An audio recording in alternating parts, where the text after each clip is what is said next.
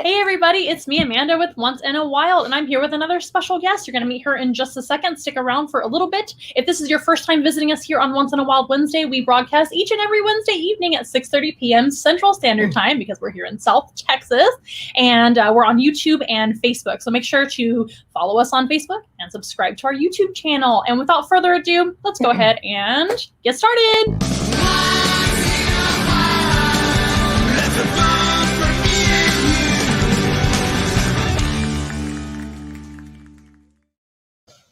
All right. I hope everybody's doing well. So, special guest, why don't you introduce yourself to all of us? I am Linda Pearson. I am the founder of the Scooby Van of San Antonio. You'll be able to see what that is. It doesn't take a lot of imagination to wonder what that is. And we're a nonprofit.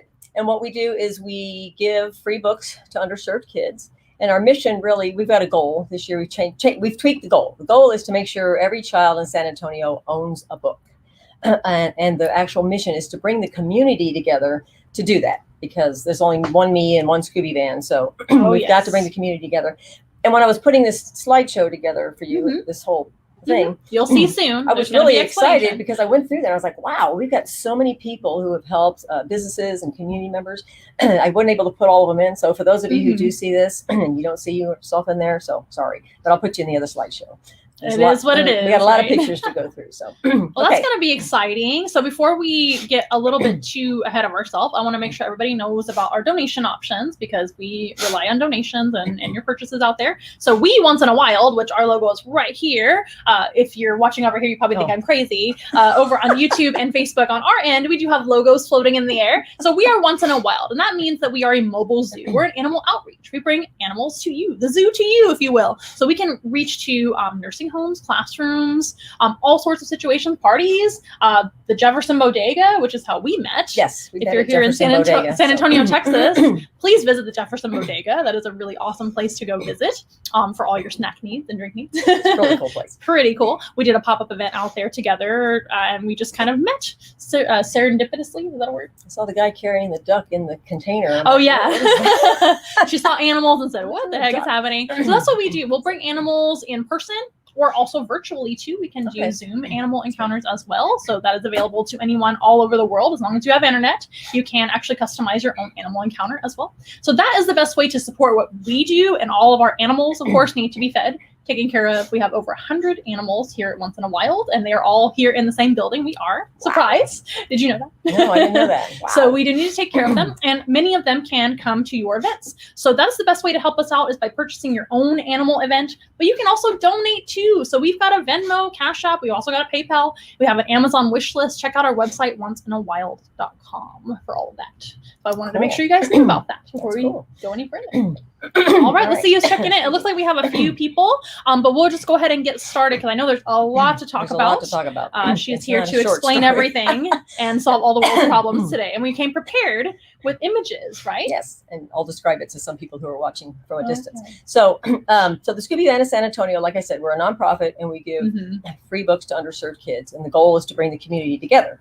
But I've been driving and the car is spray painted. The van is spray painted. So a lot of people think it's a rat or whatever. Yeah, we thought so. No, I've been spray painting my and you'll van. see. Yeah. I've been spray painting it for I think going on 11 years now. And so I'm going to give you a little bit of background, because the first thing people ask is, what's a Scooby Van? And then I tell them. Oh, first of all, let's make sure and plug your handle. So it's at Scooby Van SA.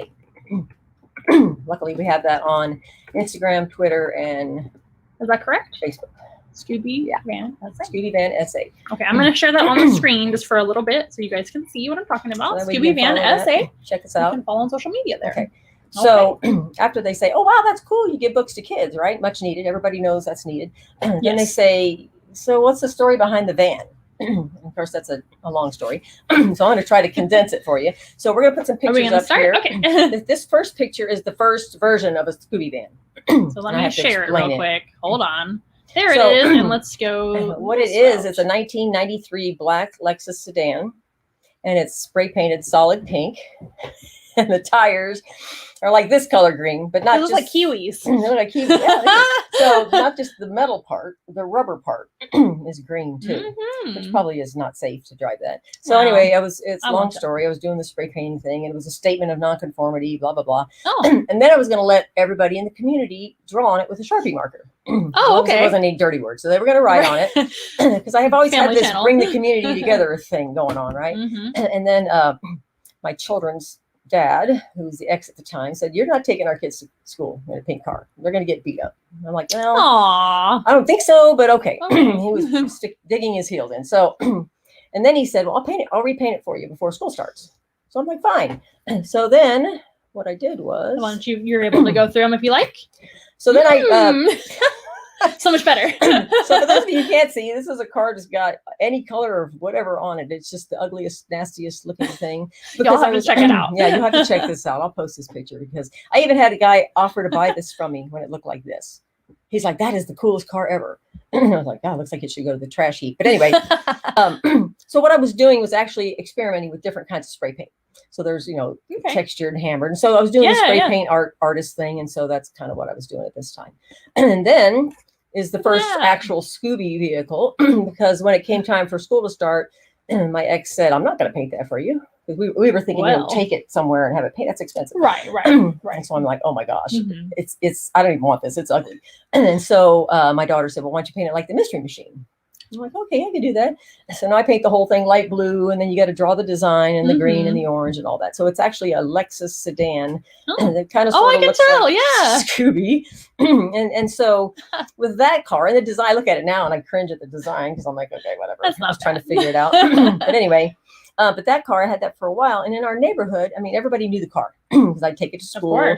Kids would know it. And then what would happen is because it was a sedan and it had the big long front hood, we would sit on it. We would eat dinner on it. I would do my art stuff on it. And the picture here is my kids are on the hood of the car and they're doing their homework. And that's not staged. That's just what they did. I mean, we just part of the family. It really was. It was part of the family. It really was.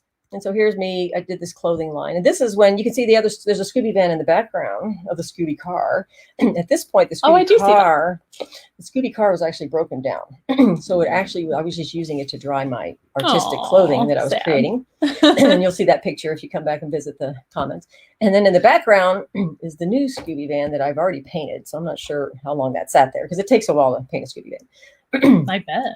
So the next picture is, it shows the Scooby van. It's kind of masked off some of the painting process. And the picture of my feet kicking up there is because I was probably exhausted. It's a photo collage. It takes about 2 weeks. Yeah, it takes about 2 weeks to paint a Scooby van, and I can go as long as my trigger fingers will hold on. I'm ambidextrous. Oh, sure. I'm left-handed, but I use my right hand. So I go until I can't do this anymore, and then I have to stop and take a break. And then there's a picture of me. Tunnel. I think it's nighttime. I have to have the lights because in Texas, for those of you who aren't in Texas, it's either too hot or it's too hot. That's it. Or it's too rainy or the oak is falling. And so you'd think there'd be plenty of opportunities to spray paint a car, or it's too windy. And so you just have to kind of work it in. So it's like a 3-4 in the morning thing and a 10 o'clock at night thing. Or it's last year and it actually snowed. And then what? Like snowed it. This picture's blurry. Anyway, so then what I have is the actual version 2.0, which is actually a Nissan. And we painted this. I didn't like it as much because we couldn't sit on the hood. It was too slim. Oh, yeah. So, but it looked a little better. Hood. The design was better. So I drove that for a while. That was the mommy van until it died. I don't have the towing away pictures.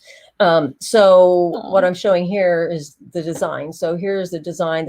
People ask, well, how do you do that? So I actually just take a picture of the car and then I go trace over it and then I color in the design because you got to fit this design. And the Chevy, this is a Chrysler Town and Country, and it's kind of beefy, to be honest. No, that's not an insult to Chrysler. It's beefy for a Scooby van. But I was able to fit it on there and it turned out okay. And so this was the design. I've got this cartoon looking thing, and it's like a Scooby kind of car with flowers and hearts. And I got my little cartoon version of myself sticking my arm out the window.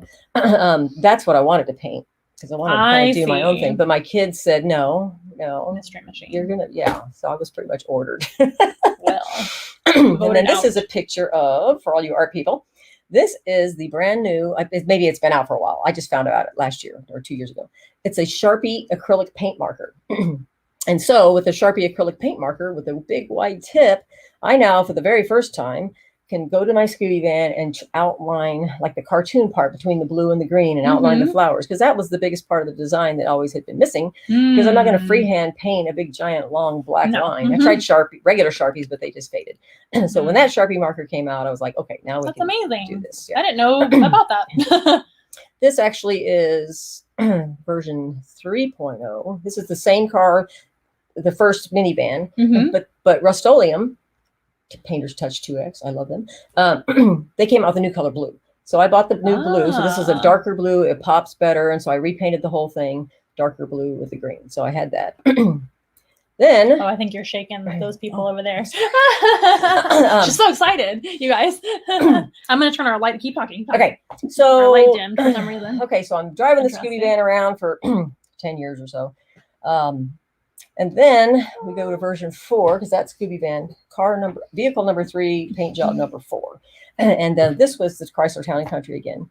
And so driving that around, and I never really, it's a creative process. If it doesn't bubble up, don't do it. So I'm just waiting for something to bubble up. So during COVID, my husband and I are taking care of 2 senior citizens with dementia, and I've got kids at home, and I started a nonprofit. And so you think, okay, this woman's crazy, but I'm not. So what happened was that I was helping a friend, and her son was incarcerated. I'm helping him with his career, his coaching, and all that stuff. And we got to talking about books. And he wanted a prison book ministry, and I wanted a little free library, but they're too expensive. So little free library is the box you'll see, the little house that people put books in, take books out of. Okay. They're all over the world. Is that the only type that they're? No, some people just have them. Anybody can have them, but the ones I think I've just seen like random ones before. Some people have random ones, and what you can do is you register it, and it says little free library, take a book, and it gets on the world map, I think. That way people can find it in your neighborhood. Because you want to be able to go there and type in your zip code and see where there is one, so that you can go take books or give books. So the idea is helping the community with literacy. So this particular time, I got on the computer and I actually saw a mobile little free library sign. So some of you who've seen the Scooby van, it's in the front window. And I thought, oh, wow, okay, so I can make a mobile little free library without really thinking about how I was going to do that. Right. And then what happened was, I didn't have much time to think. A reporter my daughter came and said, somebody's looking for you, which sounded kind of creepy. But it was a reporter from the San Antonio Express News, and looking for the mom that had this car. And she got a hold of me, and she wrote the story. And then once she did that, I think that's the last slide on that. So we're going to do another that, category. it just kind of blew up. And so, the phone's ringing off the hook, and moms are asking for birthday parties. We don't do birthday parties unless, we have done some birthday parties. That's a whole. What do you guys do as far as events? I'm going to tell you. You are? Okay, got it. So, now I've got this. So it blew up so fast. It blew up so fast. That's such a cute photo. It blew up so fast that I really just had to make it up as I went. So first thing, I need books. So I started going around the community through the Nextdoor app. And so people would call me and say, hey, I had books, because they knew me because I was in the neighborhood for the last 10 years. And so there's a mom and 2 daughters in this picture, because they were our very first book donors. And they had like 2 or 3 times they donated books. So we went to their house and picked up the books. And that's kind of what I was doing at first, which is driving all around. But then I quickly realized I'm not going to be able to drive all over San Antonio to pick up books. I better come up with a way to get the books in, because you can't give away books if you don't have books. So this little girl is standing in front of the Scooby van with a big long box that something came in, and it's stacked with books. I think there was about 100 and close to 200 books here. And she donated all of her books. Trying to figure out what box that was for what. It's an Amazon box. It is an Amazon box. It's unnaturally long. And on its side, I can see all the books. And so, because she did it twice, she was just so into it. And so I started the book booster program, which is somebody who's really over the top with donating books. I give them a little certificate, and there's Scooby Van book booster. So she became our first book booster. That's so great. And then here's a picture with the Scooby Van in front of South San High School, with a big library cart full of books. I see that.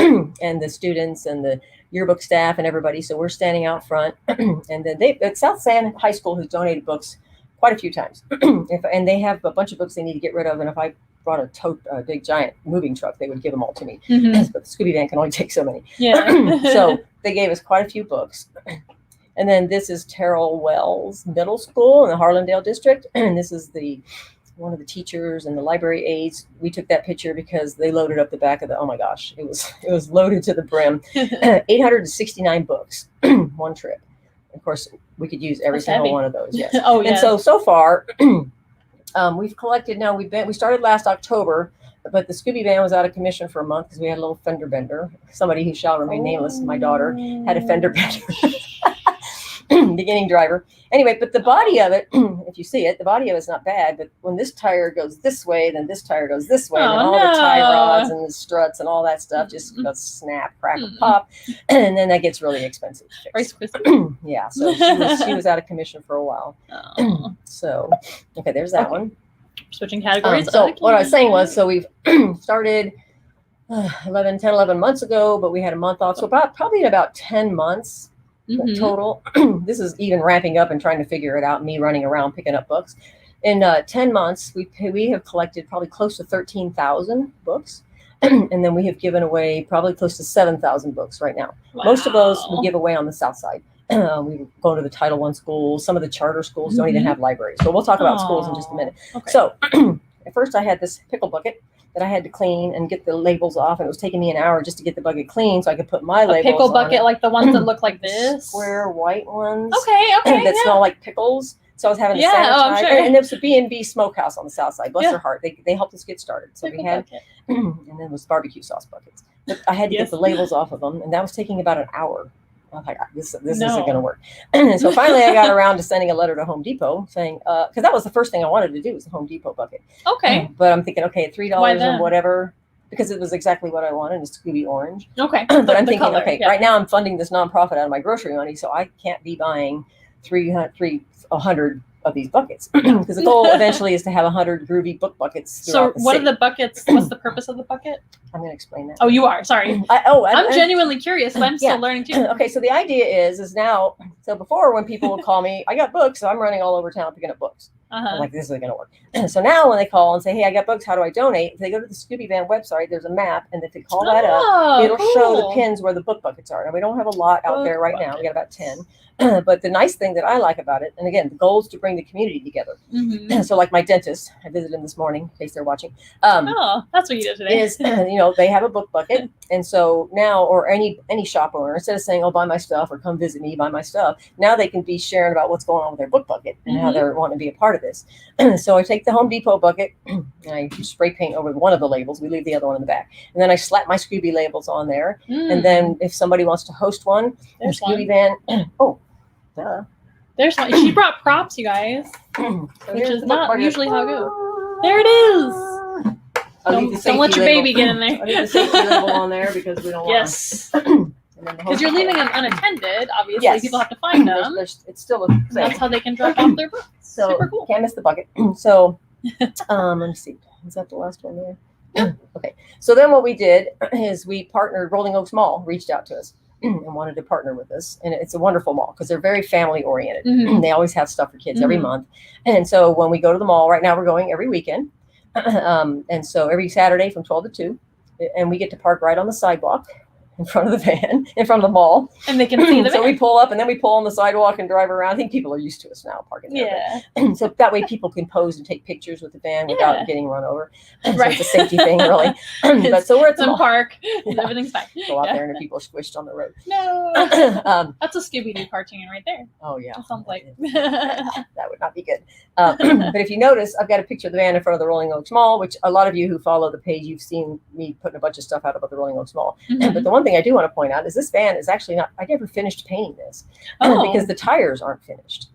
There's no flowers on the tires. And so when you get these different kind of wild, crazy wheels, you got to figure out how to put a flower on that. And I actually figured it out, but what I didn't have was it's too hot, it's too windy, it's too rainy. And so you got to have, because that's got to be hand painted.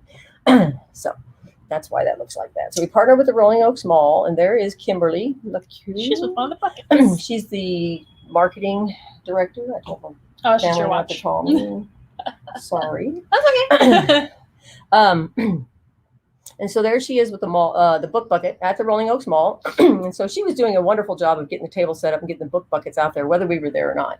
And so, how many buckets are at Rolling Oaks Mall? We had 2 buckets, and she would just put them out there. Okay. We would just want to get people used to going to the Rolling Oaks Mall if you need to drop off books. That was just one of the places when we first started.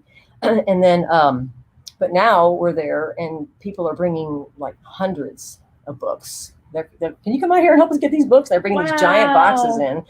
We went last weekend. We were just there for 2 hours and we collected over like 250 books.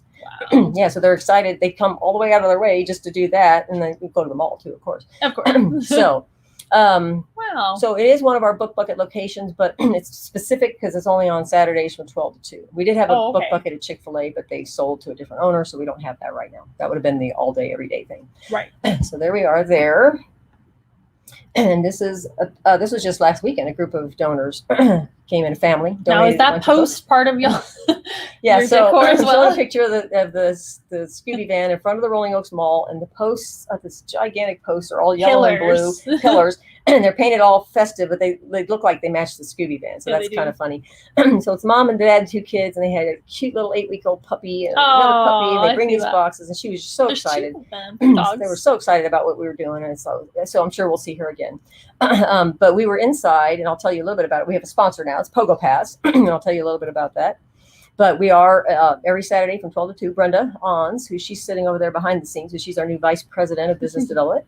She and I are there, and we are telling people about the Scooby van. They're bringing their books, taking the pictures, but we also have games for the kids to play that are free that Pogo Pass gives us. And then we also give away 2 free passes each weekend, and each pass is worth $1,000. But the passes only cost, if you buy them, are only $39. $39.98. I don't even know what Pogo Pass is. So what Pogo Pass is some of you know, like City Pass. You buy the thing. If you're going to Chicago, you buy the pass, and it gets you into all what these, that is, right? Yeah. So Pogo Pass is the version that's here. Oh, okay. And it's in Phoenix and Kansas City, Dallas. The great thing about San Antonio, for those of you who are here, is that San Antonio is called the South Central region. So it's San Antonio, Austin, Waco, Round Rock. And there's about 27, I think, don't quote me on that, venues that if you pay, and you go through the Scooby van to get this, because the Scooby van gets some support out of that. And then what happens is you pay $40 for this card, and you can get into all of these venues. And if you paid the actual real price to get into all of those venues, it's $1,000. And so if you go to Splash Town once, which everybody loves Splash Town, oh yeah, that's $40 to walk in the door. So if you know you're going to take your kids to Splash Town and the zoo, get the Pogo Pass, because you're basically getting stuff for free. It's one pass, 1 year, one price, and each person has to have a pass, obviously, in the family. But it's just an app on your phone, so you just walk in. Oh, very and, nice. The main owner just shows the scan, and then everybody's gets updated. That's the way it is with most passes now. It's so nice. Yeah. And so it shows you which ones you've used and which ones you haven't. So I had one before I even knew this was going to become part of my reality. So that was cool. I loved it. So that is your sponsor now, right? That is our one big sponsor. So here we are at the mall, and we got the Scooby Van table set up, and we've got the Pogo Pass table set up, and we got the kids coming by. There's a wheel. Yeah, you spin the wheel, whatever color you land on, you get the prize in the den. And then I say, but if you don't like that prize, you can pick any prize. Oh, you're so nice. The guys don't want hair ties. Your company's all about giving. So I mean, and so also, I think I have pictures of that later. I'll tell you later. Oh, that's the Jefferson Bodega people. So here's Jefferson Bodega. Woo! And so good. Luke, for good. Yeah. Luke and For Goodness, Erica. For Goodness project. So here we are. This might have been the first time at Jefferson Bodega, and Luke was one of the first ones to reach out to me.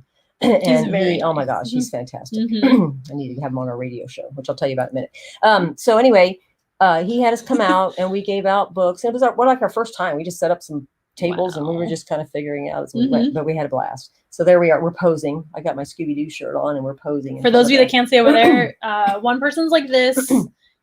You're like this. That was our West Side pose. Oh, okay. And then the other pose was like this. They're throwing up signs. We had to do the West Side pose, and then we had to do that pose. So yeah, I'm learning. Yeah, each side of town a different pose. I guess. I don't even know. So here we are. Oh, there's my dentist, Dr. Thomas. So here he is. They wanted to have a book bucket, and so we went there, and this was the launch day. And we had a lady brought her son, and he brought a whole bunch of books. And the nice thing about the bucket launch is that usually the employees of the company all collect books too. So when I show up and we give them the bucket, we have the big celebration, take the pictures, then they already have a bunch of books. The challenge is once I leave, then they got to remind people to bring more books. But the good thing is when somebody calls me, I can tell them, well, go over there. That's close to you. Go see Dr. Thomas. He's close to you. And actually I had a lady. Where does Dr. Thomas work? Is this it's Advanced Smile Care. And Scuba Smiles is the children's dentist next to them. They have a book bucket as well. And they're located on the corner of Huebner and Lock Hill, Selma. I hope I did that right. And so, but they have a bucket. I've been back 3 or 4 times to pick up books. And the process is working, so that's fabulous. And they Awesome. really want to support literacy, so it's easy for them to fill that It bucket. looks like you have a bucket and a box. In the The box was the books that boy brought. Okay, He bought a got whole it. big giant box of books. Aw. I like it when they bring the boxes. Sweet. When I don't bring Yes. boxes, my car ends up being a mess. And then here's another. Oh, so this part here we're talking about is community, our community partners, people who are partnering within the community, groups that we're partnering with to help do the mission of bringing the community together. And so this is Healthy Neighborhoods. And then also Viva Health is a bunch of people standing for the Scooby van. And they invited the Scooby van. I met with them. And so what they're doing is they're launching 4 little free libraries throughout the city near these community gardens. And each one of these neighborhood folks who works for this department has a region, and they try to get people involved in learning about healthy eating and getting outdoors and that kind of thing. So this was their first event where they actually had recipes and picking stuff out of the garden. It was actually pretty fun. So they made some recipes, and this was afterwards. We just took some pictures with the Scooby band because they wanted to pose with the Scooby band. Gotcha. Oh, there's Scooby himself. Yes. So there's another. This is our newest community partner. We're excited. The Twig. Oh, the Twig. I know them. The Twig We bookstore. know a lot of the same people. Woo, right? Hi, Anastasia. So we were just there. Oh my God, last Friday. Nice. And so Miss Anastasia has her story time, and she invited us to come. And they actually, I didn't think they were going to collect books. I thought people were just going to bring books, but they actually spent a week or so collecting books. And so they had a story time. And so what happened was they had all the little ones. Okay, I gotta hide this real quick. They Hey, just tear our whole studio down. Oh, sorry. Hold on. There you go. Now show. Okay. But they each grabbed a handful of books, and they all walked over to the Scooby van and put it in. And they all got Scooby snacks. They were just so cute. This is after she read them. Was it dog treats? No, these are actually like real Scooby snacks. Yeah. The ones that rot. Yeah. Rot your teeth. Okay. The dentist and then the Scooby snacks. Yeah. So we should go the opposite. Yeah. So Miss Anastasia found this, and she got us a giant head. Oh my gosh. I can't even put It won't picture. even fit. This giant Scooby van head. So that kid in that picture was standing in front of the Scooby van with his head on. 100-degree weather. I'm not ever going to be wearing that. It's like 100 degrees. And that thing is really, giant. Look at his face. So now, when people come to see the Scooby van, if they want to, they can put the Scooby. Can you even see? Yeah. Oh, okay. So anyway, they're gonna put the Scooby head on if they want, and then take pictures. So that's kind of fun, right? It's cool. Mm-hmm. Anyway, so that's what we have. So that's cool. So that was Miss Anastasia at the Twig. We're excited about that because they're our news partners. So we're also going to put a book bucket at the Twig, and we've got some other cool things that we have going on with them as well. Over there, Scooby. So we're excited about that. And we got to. This is at okay. For those of you who don't know, the Twig is a bookstore, a really cool bookstore, independently owned, and it is in the Pearl Brewery District in San Antonio, One which of is my favorite places. I know, right? I said, "Oh darn, I got to go there every week and pick up books." Oh darn. Might as well shop and eat. Oh darn! Something to drink. What's nice about this, I actually got to drive into the Pearl and park right in front of the store. Yep. And so the security guards let us in, and of course the people who are walking in there are going like, so. "What the heck?" It's like a mystery machine, but yeah, so we get primo parking. So that's one of the benefits. That's the only reason I do this because I like the good parking. No, I'm just kidding. Right. Okay, so that's so is that the main reason you went with the Scooby theme? Is because you wanted to go bright colored, and they were like mystery machine, and you were like, okay, Scooby. No, when I had to repaint the thing, I actually wanted to do it like, for those of you who are old enough to know the Partridge Family bus, which is kind of like a Pete Mondrian art. So cute. You know who Mondrian is, right? Yeah. The artist with the big red squares and the yellow squares and the blue squares and the lines. I kind of just wanted to do that. That would have been cool. cool. My son was like, no, do it like Ben 10 or the whatever, blah, blah, blah. And then my daughter just out of nowhere says, well, just paint it like the Mystery Machine, Mom. And my brain had to go, I'm like, Mystery Machine? I'm like, what's a Mystery Machine? You know, Scooby-Doo. Yeah, that's the original Scooby-Doo. And I'm like, what's a Mystery Machine? I just, my How old are your children? My son's 18 now, and my daughter's 16. He's going to be 19. She's going to be 17 real soon. And I remember telling them, so they've been in this for 10, 11 years now, right? Mm-hmm. So this is like a part of their reality. And I said, guys, I hope you turn out okay. They're going to be fine. You're driving around the Scooby car. But they got to learn how to drive in the Scooby car, the Scooby van, which actually is really safe. because Right. sometimes That's what I learned to drive. Not a Scooby van, but a a van. big van. Yeah. So sometimes I do really stupid Minivan. stuff when I'm driving, and usually people would be like No. showing me a finger or two. But usually I always Which one? I get this and I get this and This I get one. honked at, and all the honking is good. So when anybody honks at me, I assume it's a good honk, like, hey, how are you doing? Or somebody that knows me. Hey, it looks so cool. So if I'm doing something wrong and you're honking at me, I'm just going to be smiling, going, I yeah, like your hi. lunchbox too. Oh yeah, I'll Let me show show you this at that. the end. Oh, Oh, at the end, right now. this is my secret That's a lunchbox. cool one. Yeah, I can show you. Want to see it now? Yeah. Let's take a lunchbox break.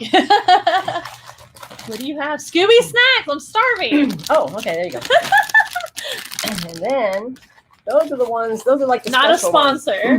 Yeah, we're not a sponsor. I actually talked to the people who make these, like the headquarters, whichever company makes. Sorry, Oh, this sorry, is I the- don't know your name. General Mills, and then somebody like Keebler, And this is Kellogg's. Kellogg, and General Mills. 'Cause they all own each other, so I can't keep y'all apart. No. Very big industry. But I actually talked to the corporate office, and she said, yeah, you're getting a pretty good price on Amazon, so stick with that.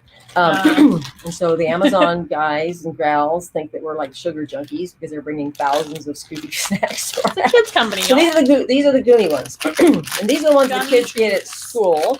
And then these are the ones like I give to the teachers because they need it to get through the day. Sugar. And then I have, Everybody does. Well, I brought these. These are for Amanda. This is our new business card. Well, the same business card. So we went into the Excellent. schools. I don't know how many schools, how long, all year long. It was pretty grueling. Sometimes 2 schools a day. And I was handing the kids. They pick a book and I'd hand them this, and I'd say, here's my book. Take a bookmarker. And they kind of look at it and they go, oh, okay. So I was telling them it was a bookmarker. Yeah, yeah. Because I couldn't afford A bookmarkers. tiny bookmarker. I couldn't afford bookmarkers. They were expensive. I So understand. Pogo Pass has just got finished making and sent me 5,000 bookmarkers. Bookmarks. Which our goal is to give out more books than that, but that's a big chunk. Oh, let's make sure we're in focus. I want to show this to everybody. I I just want everybody to see on our end. These are nice bookmarkers. They're coated. So Pogo Pass rocks. And on the back, the nice thing about this for us is on the back is the Pogo Pass information. So if you go to pogopass.com, make sure you type in Scooby Van, all one word. You save 20%, and a little bit of that goes back to us to buy Scooby snacks, gas in the car. And when you own a business, the back office, there's all kinds of stuff you got to pay for. Yeah, There's all kinds of stuff. No, it's really funny when you open up your own business of any kind. All the things that you do not know gotta you pay for have this, to you gotta pay do. for that. I mean, there's all these little things that it add never up. ends. So Yeah, and if you want to get incorporated, or if you want to, if you want to be an entrepreneur, just know your life will be nuts. make sure you It have will some money. just be crazy Okay, and have so money. that's what that is. So this is every time I take this somewhere, people want to steal it, but that's kind of my little carrying bag, I guess. I mean, I want to steal it. I don't blame them. Well, they had HEB. Go to HEB. Yeah. So For those of you outside of our area, HEB is the world's greatest supermarket, but on the planet, I'm sure you can find we it love it. We love it. Okay, online. Yeah. so let's see. Oh yes, let's This go is back. Community. Oh, pressing button. We're not even there. Okay, community you go. involvement. So here's a picture of Brenda and I, and we're sitting there, probably sweating to death, smiling like we're not sweating to death, but we're sweating to death. And we were just sitting at a table handing out books in an event. So oftentimes, if you go to an event and the Scooby Van's going to be there, we'll post it on our Facebook that we're having an event. Maybe only the day before because we're busy, and then we'll be there, and we're either going to be collecting books or giving books away.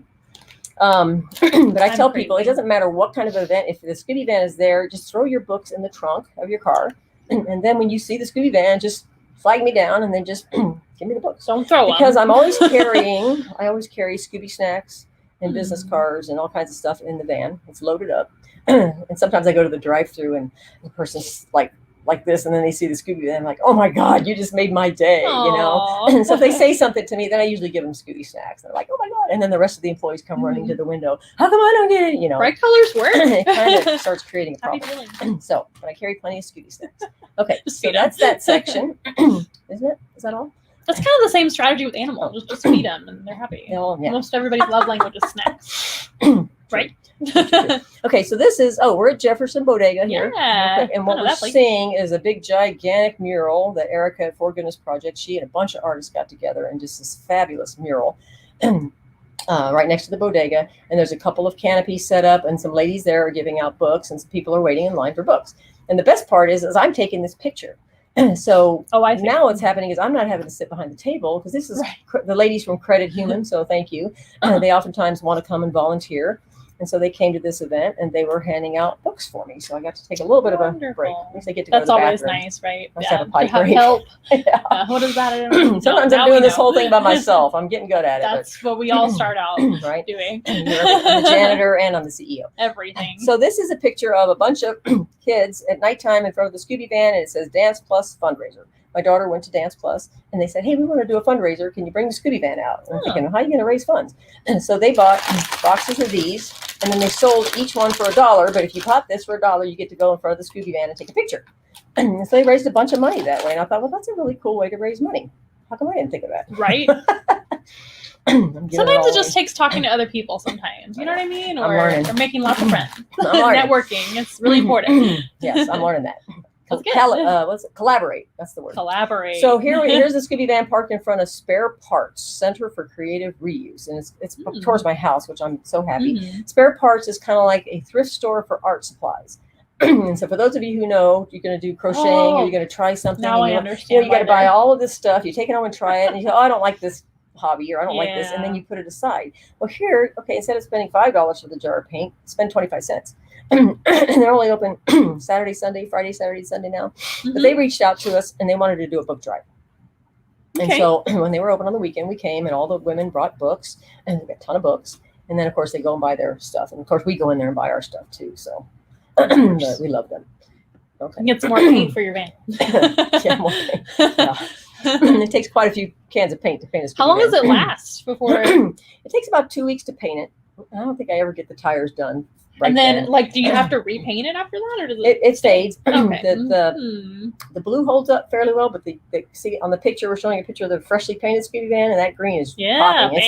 It's like this color, and it's bright. But then now, if I look at the Scooby van, it kind of looks like a yellowy green, which is okay artistically, because when you look at the Scooby van, sometimes in different pictures it has a different color, but it fades because it's spray paint. And so because and Sarah is going to put on new car parts. They got, bumped up a little bit. So the front's going to be replaced and the front right's going to be replaced probably in December. And they're going to be silver. And they're going to put back on whatever. Right. So it's going to look really bad. And my husband's like, well, why don't you just repaint those parts? And I said, I can't because the colors won't match. Right. So it's going to look really It won't look the same. So the Scooby van will be out of commission probably the end of December. Because I think that's when I'm going to cross my fingers and hope the weather holds up. And I'm going to be in my driveway painting. And I think we're going to have some folks maybe videotaping that live or just kind of fast forwarding it and just kind of show the whole process. I don't really have a process. I just kind of do whatever feels right. What do you call that? Time lapse? Time lapse, yeah. Time lapse. That'll be fun. Yeah, I think this time I painted the flowers You have first. to do a TikTok for that. Oh, yeah. You guys on TikTok and all the social media? No, yeah. TikTok is fun. I have TikTok, but I don't use TikTok. Yeah? She said, yeah. Go ahead. So I like it. That's my favorite. Yeah, Yeah, it is. It's my use it. favorite. It's a lot of fun. It's very entertaining. Okay, so what we have here is a picture with 6 little pictures in it. There's a guy holding his baby, and there's a girl holding books, and a kid in a wagon, and a kid in a Scooby-Doo costume. So cute. In the middle Not of the July. same head that I was He's wearing. in a whole full costume. A lot of times Yeah. the kids show up in costume. That's That's a the good fun one. part, yeah. And then they're posing. And so this was at Bulverde Village, POA. They called me last year and said, hey, can you come out? So that was one of our first community events. They have a nice park. I was there with the food truck. Food trucks help. And then everybody just came by. And I thought, this is after work on a Friday. Who's going to come by? And you'd be surprised. They all came by. We collected like 400 and some books. Isn't that amazing? Sometimes when you put out an event or you just don't think anybody's going to show up and then it explodes. Like my brother said, he moved here with us and he said, Linda, he says, your van's more popular than you are. Oh, yeah, my goodness. You're like, thank you? I don't know. That's okay. And then here we are. So I'm sharing with you different kinds of community events. This one is really cool. So there's a company, RVK Architects, and they called me or emailed me and they said, hey, we're doing 50 acts of kindness this year, which again, there's 52 weeks in the year. And they're going to do 50 acts of kindness. And Scooby Van is number 18 on our list. So we want to do a book drive for you. I'm like, wow, okay. So went down there, talked to her. And so then the employees we collected 279 books. And this is all of us out in front of their building with the Scooby Van. Now they have since moved. And they did want to get a book bucket. So hopefully they'll still do that. And I'm wanting to kind of share what's going on with their project in the magazine. We have a magazine coming out. So I want to talk about them because I think it's really cool. And then doing that, if I list all of their 50 things, then we get to point out, besides us, 49 other organizations that they were able to help that other people can help and get inspired by that and say, oh yeah, we can do that. Super cool. Now, if you've been in business 100 years, I would not recommend doing 100 acts of kindness. A lot of years. So here myself and my brother, he helps out sometimes. And we are standing next to a brand new empty little free library with two Girl Scouts, and we're holding the books. Aww. And so they asked us to come and support their library launch. This was their Eagle Scout or whatever the Girl Scouts are, their project. I don't know what but this more was like senior, a higher level project. Girl Scout is. And so the community came out and everybody brought books and we brought books and we put Scooby snacks in there. So that was really cool. And so what's happening now is we've got scouting. Well, we've had scouting organizations reaching out yourself to from us. our audience now. We have scouting organizations reaching out saying, hey, just recently somebody said, hey, we got an Eagle Scout who's launching. He's going for Eagle Scout. He's launching 2 little free libraries. Can the Scooby Van be there? And the answer is, heck yeah, we'll be there. Right? I was like, no. If we can Definitely be there, we'll be there. Yeah, because that's quite a project. It's quite an accomplishment for a kid to do that. And it helps the neighborhood. So we really love that.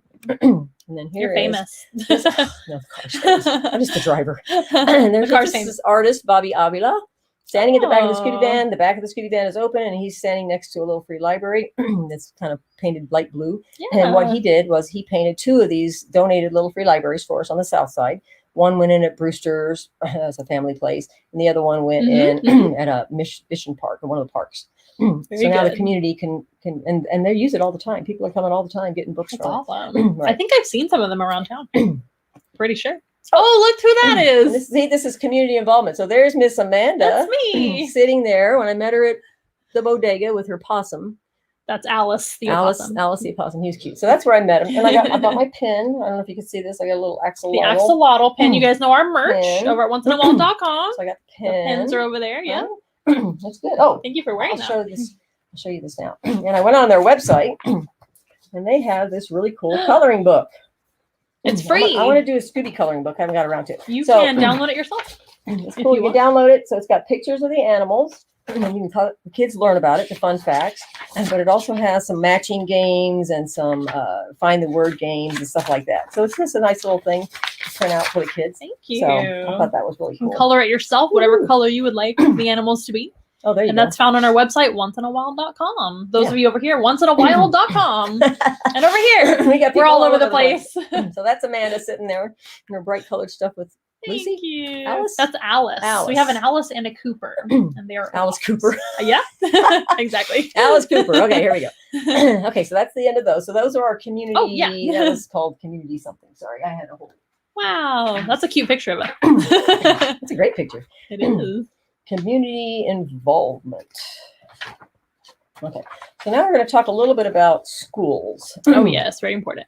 I don't have very many slides to show because it's pretty much the same thing. I mean, I load the Scooby van up, get up at 4 in the morning, load the van up, and then I'd have to make sure the cats haven't crawled in the van because I do not want to get in the south side of town and hear meowing in the car. So dangerous for the cat as well. Yeah. And so we go to the schools. We usually set up in the library, a couple of tables, and we line up the books. And then the kids are so excited because, they're building up to this whole thing. A lot of them have a Scooby-Doo day. And so they get to come in a classroom at a time and, wash their hands, and they each get to pick whatever book they want. And a lot of times they'll look at me like, is this mine? Can I have this? Can I take this home? It's mine to keep. And I'm like, yeah. And I grew up, my dad was in the military and we weren't that bad off, but I never had a book as a kid. Oh, really? Nobody ever read a book to me. I turned out okay, but I'm not recommending that. No, you need books. We need books. Especially nowadays when people don't really pick up a book here's a anymore. little girl picking up a gigantic book that's almost bigger than her. Oh, it's a Frozen. It looks like it's Frozen. The Frozen books. Not like Frozen, like. No, the Frozen books. It's actually the Frozen books, yeah. And let it go. Diary of the Wimpy Kid books. Those are hot. Those are hot items. Oh, I can do some black market stuff with that. Well, but she's got a Scooby-Doo crown on, so it's cute. It's very she drew cute. That. She colored that. Okay. She did. Oh. Okay, so it's not going forward. Oh, it's because we're not actually there. There you go. Sorry. So here's a whole class of kids. Now during COVID, sometimes there was only 3 kids in a class, and then what happened was things started. All of a sudden, the kids started coming back, and the numbers were tripling. And and the schools are so busy, they weren't getting the numbers to me in time. And so I'm like, holy cow, I'm going to run out of books really fast. Yep. So I had to put a stop to that at the end of the school year because I didn't have the collection systems in place because I was so busy giving away books that I had to stop to put the system in place to make sure I was going to have a good demand for the supply. So here are the kids. It's a little carpet in the library, and there's a bunch of kids, a dozen of them or so, sitting there with their masks on, and they're all holding up their books, and they got their Scooby snacks. And then they're excited because from here they go outside and they get to be with the Scooby van and get their class picture taken. And I suspect probably this coming year or last year, the yearbooks came out of all these schools, and probably the Scooby van is in a lot of yearbooks because every time we're there, the yearbooks. Hopefully it's a color photo, right? Because yeah, when I was growing up, everything was in black and white for the yearbook, unless it was like a couple pages and you had to pay extra to have color. It's color. Third color. So you would think. And then what we do every time we go to a school is we also have a table set up to the side, and we hang a sign on it that says free teacher resources. Oh, what might that be? And so sometimes we have books that kids aren't going to want, but it's more of a teacher book. Sure. Or it's like a reference book, or I've got so many office supplies. People donate office supplies, and we're actually thinking about maybe doing something like that. So when you see the Scooby van, a supply drive or something like that. A supply drive for the teachers. Right. Because as you know, for those of you who know, I mean, the teachers spend so much of their own money. Yep. Kleenex, paper towels, or whatever. So we have the free okay. This is a small table here, but usually we have a bigger table and we just load it up with stuff. And they're like, nice. "We can have this." I'm like, "Yes, please take it," because I don't want to take it back home. Take it. Take it all. And then they get the bigger Scooby snacks and whatnot. So. Very nice. And here we have a little boy in front of the Scooby van at the back of the school. And what this is when I go to, this is Gilbert Elementary School with Claudia Garcia, the librarian. She's like the best librarian on the planet. I love librarians. Don't get me wrong. She's not the best, but she's fantastic. They're all they're all wonderful. I love them all. And so when the kids come to pick up their meals at lunchtime, because on the meal program, then we're out back as well. And then they can stop and get a book and a Scooby snack because they were distance learners. So we wanted them to have books as well. Sure. So we were available at lunchtime so that they could get their books as well. So he's standing there. So much to think about with everything. I know. So it's like, and these teachers, I keep telling them, I said, y'all could just run a small country because they the principal and the teachers, I don't know how they do it. Coordinating and things. Yep. And so here's a picture of a square room, and there's tables all the way around the room, and every table is just loaded with books. And we've got some teachers here, and they came in a grade level at a time, and they basically just took whatever books they needed for the classroom. This is Jubilee Highland Park, and they don't have a library. And so a lot of the charter schools don't have libraries. And so, I didn't know that. I talked to one just the other day, and I'm going to be going to their school. She's the mobile library. She has a cart and she goes around, that type of thing. And I said, well, okay, you need to come to my house and you need to pick up about 1,000 books and make some room for me and take them. She's like, oh, I'll do that. So we're going to help supply her that way as well. And so they're just picking books. And I think that day we gave away like 640 books to the teachers. Much needed. Okay, so that was that. So we do different kinds of things at the school. It's not just give books to the kids. We do support the teachers as well. That's awesome. You guys are doing so much. You can do anything. How long have you been open and been doing this whole thing? I got the little free library sign at the beginning of September. And then by October 12th, the deal was sealed, and here's your LLC nonprofit. Have a nice day. I mean, it was that quick. Wow. It was just because I realized it was going to blow up really fast.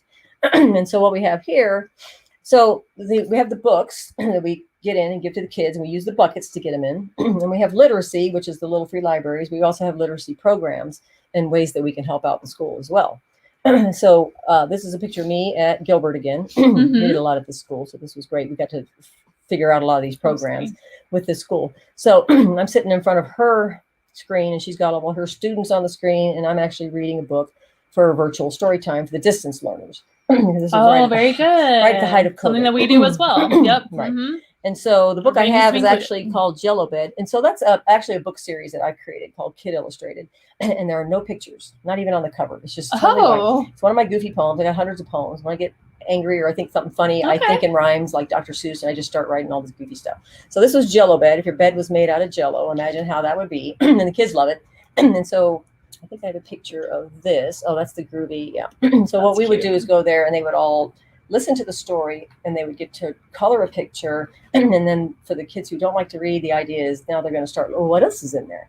I call it 360 literacy. I just made that up. But the idea is you approach it from all of these different angles, because not everybody's a reader. Some people like to color. And myself, I'm pretty much an advocate for creativity, because my entire life people have been trying to squash it out of me. What's wrong with you? What's wrong with you? Or whatever.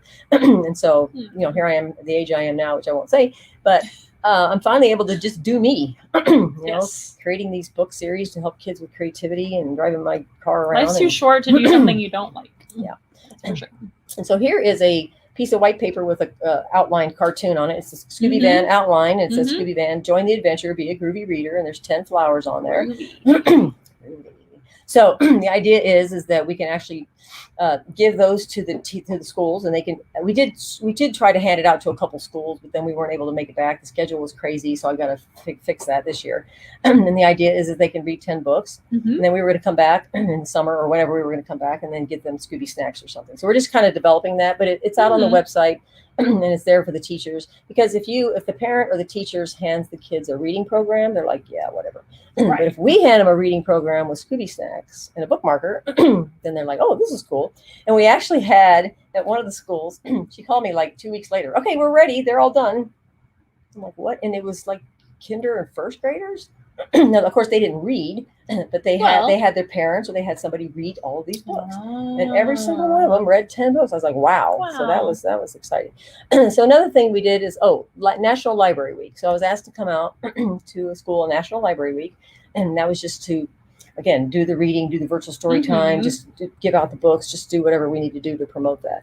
And here we are in a big giant gym, and there's kids sitting 10 feet apart with their masks on. Everybody's sitting on the floor and they're coloring pictures.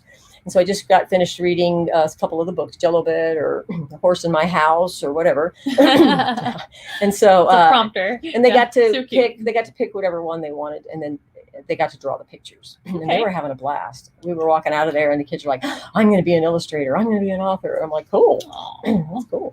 Okay, so that was that. So those are the different kinds of things, and we're pretty open-minded about a lot of things, as long as it sticks with the mission. What is your mission? The mission is to bring the community together to support literacy, and the goal is to make sure every single kid has a book. And so it's going to take businesses, and it's going to take schools, and it's going to take churches, and it's going to take citizens. It's going to take a lot of people to get together. But there's enough project here that if somebody said, "Oh, I'm going to do the library part," okay, well, great. Let's go do that. Volunteer for that. So there's plenty of ways to be a part of all of this. Takes a village, right? Yes, exactly. So here is a picture of the Scooby Van parked behind the school. And that's my brother there with his green Scooby Van t-shirt on. And he's with their library, their little free library, and he's putting books in it. And the interesting thing about that is pretty much every school we went to had some type of a little free library. Okay. But during COVID, some of them were using them to put food in. Some of them were putting information sheets. I mean, because they sat empty. There weren't any books. Okay.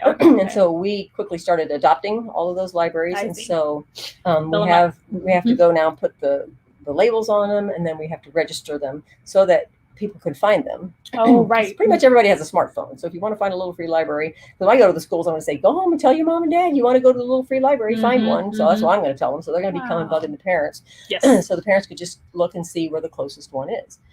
So it's a really wonderful program. It started like 30 years ago or something. And here's a picture of the gang. Let's see, the Scooby Van is at one of the parks, and I can't remember all the names of the parks. That's okay. So sorry if you're watching this. And so we're there with the Scooby Van, and they just finished launching a little free library. One of the ones that was donated. Bobby there painted it, and there's the council woman from that district. Sorry, I don't remember names. I'm bad. Okay. I'm not very good with names. And here is the Scooby Van parked in front of the San Antonio Botanical Garden. They do a little side thing. I'm the groovy adventurer. I don't want to be all Scooby. I gotta have my own life. Absolutely. Yeah. I don't know how I break away from it, but some way I break away. So, I stopped in the middle of the road, took the picture, me in front of the botanical garden. And then what I did this particular day is because they have a little free library as well. And I spoke to the woman. I think we were communicating, the lady at the botanical garden who runs it, or the person who runs it. And they said, yeah, it's empty most of the time. So I brought a bunch of books, filled it up, and I asked them, can I put Scooby snacks in there? Because I didn't want them eating the snacks and throwing the wrappers on the ground. And she said, no, please do. So we filled up. So we need to go back. So just whenever we're in the neighborhood, of course, I tell people to put books in their car.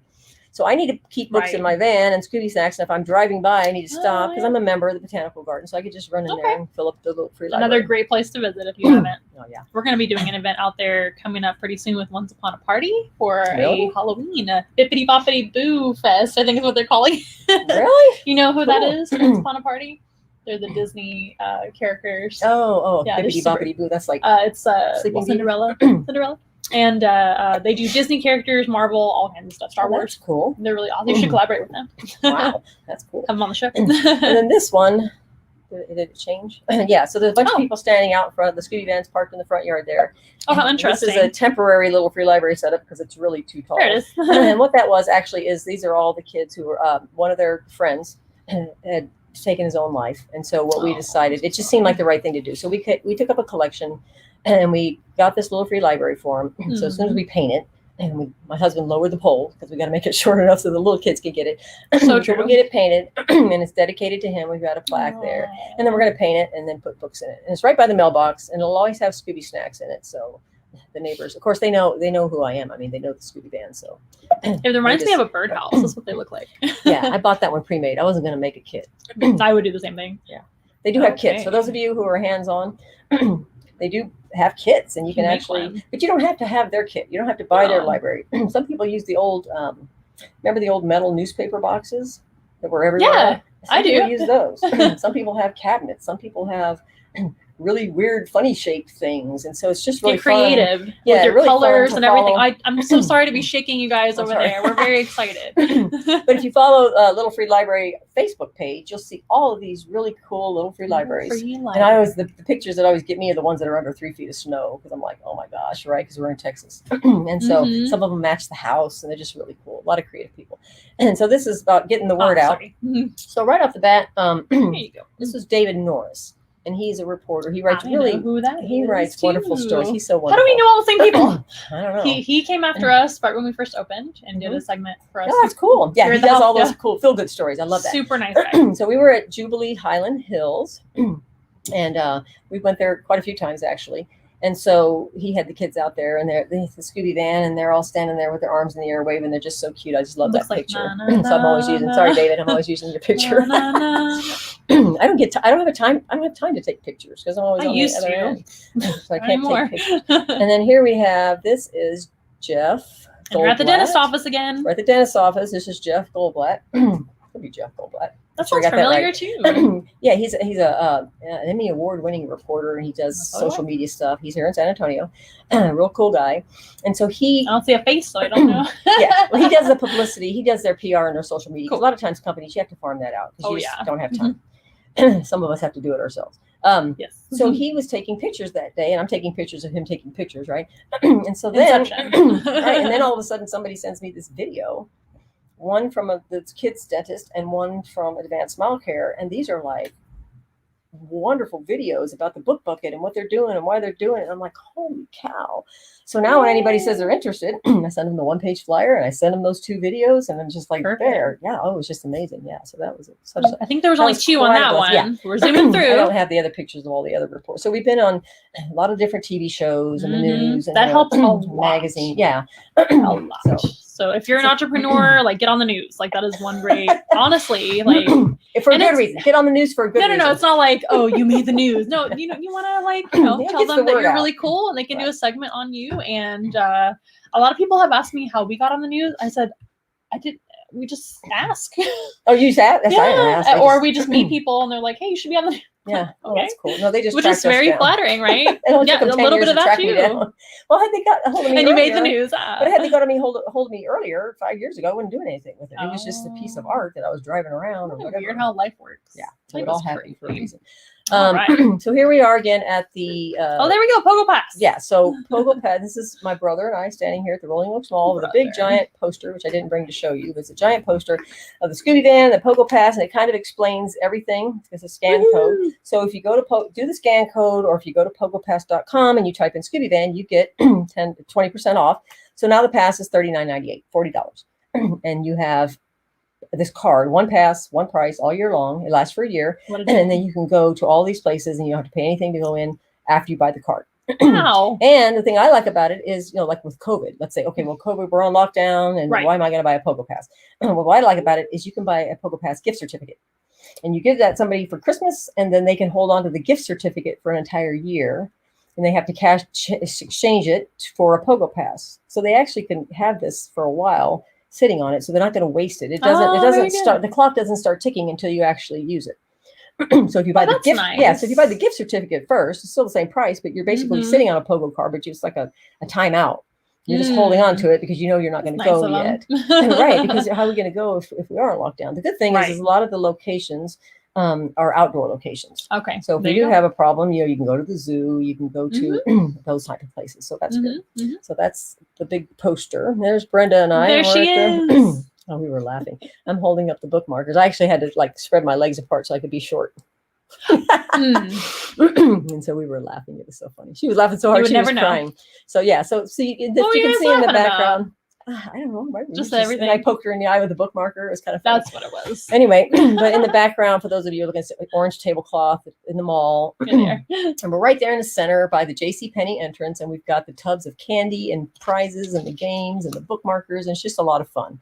And so people come by and drop off the books, but people come by just to do the Pogo Pass thing and put their name in the hat to win the Pogo Passes. Excellent. Here's This a girl. was very She's by the wheel and excited. she's laughing, and just a girl. She's holding her mask, but she's laughing and smiling because she was playing the game, so she must have won something cool. So that's cute. And then here is a picture of a box of More 5,000 of bookmarkers. Woohoo! 5,000 More of bookmarkers in a these. box is actually really heavy. So I'm yeah. excited. So now when we go to the schools, I can really hand the kids a bookmarker. And it's got the Scooby van on the front because that's what they want. They just want something to go home and show mom and dad. Oh, the Scooby van was Look how there. pretty. Yeah. Because some of the parents don't know. Scooby van. No, What's a Scooby van? I didn't know until we met you guys. Yeah. And so here is a picture. I found this picture. I told Brenda I had it. I didn't lie. It's a picture of the Scooby van in front of Incredible Pizza when we had one over I here. know where that this side of is. town. Well, it's over on your side of town, but there was one over on our side of town. So Oh, okay. I stopped the Scooby van in front of it, took a picture because, it's a fun place. Yeah. Fun van. Colorful. But that's actually one of the Pogo Pass locations, too. Oh. So you go to Splash Town. Instead of paying $40 to them, sorry, Splash Town, you buy your Pogo Pass, you get in, and then you go to Incredible Pizza for a free dinner. So that's how that works. Okay, so that's that. That's that one. Oh, I don't want to exit out. I'm doing the wrong thing. Yeah, that's why I'm not touching it.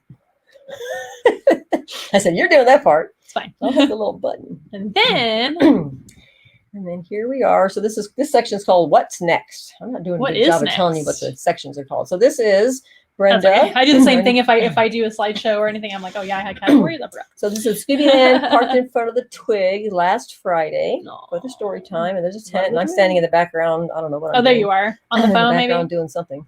And then Brenda's in the front taking the picture. So we were there, and we had set up the Pogo Pass table, and you can see the moms and the kids in the background. So we were there for our fun story time. That was really a lot of fun. Reflected. What did I say? I've worked with her as well for story time. Mhm. She's wonderful. She's been doing Yes, that for I'm doing 20 another years. one coming up on the 17th. I'll be there. Really? Yes. We gotta make sure we know about With that. some animals. And then here, this is what's next. So Brenda and I also have San Antonio Life Stuff Show. It's actually a real Oh, radio. I yeah. said we have a radio station. They're like, real radio? I'm like, yeah, it's a real radio station, 99.1.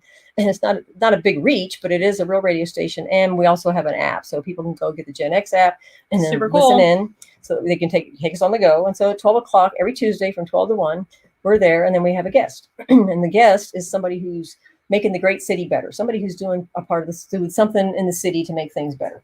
And we're not controversial. We're not talk show. We're not any of that stuff. Some good news, maybe. We're just sharing all the good stuff that people in San Antonio are doing. And it was actually after I met you at Jefferson Bodega.